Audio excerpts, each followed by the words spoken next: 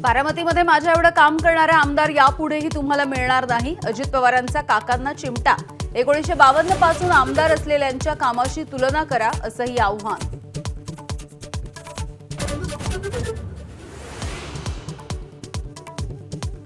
सर्व हिंदूंसाठी मंदिर, स्मशान आणि पाणी एकच असलं पाहिजे. सरसंघचालक मोहन भागवतांचं वक्तव्य. सर्व पंथ, जाती आणि समुदायांनी एकत्र यावं, हाच आमचा उद्देश, असंही प्रतिपादन.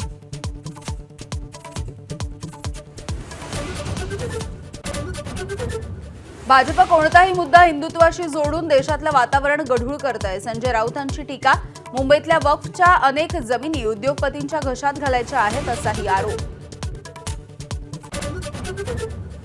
नव्या पंबन रेल्वे पुलाचं आज पंतप्रधानांच्या हस्ते उद्घाटन. रामनवमीच्या निमित्तानं रामनाथ स्वामी मंदिरामध्ये पूजा करणार. तर रामेश्वरम ते तांबराम रेल्वेला सुद्धा हिरवा झेंडा दाखवणार. आज देशभरामध्ये रामनवमीचा उत्साह. थोड्याच वेळात रामजन्मोत्सव. दिवसभर विविध कार्यक्रमांचं आयोजन. अयोध्येमध्ये रामनवमीचा मोठा उत्साह. दर्शनासाठी भाविकांची मोठी गर्दी. 2 लाख दिव्यांनी अयोध्या नगरी उजळणार.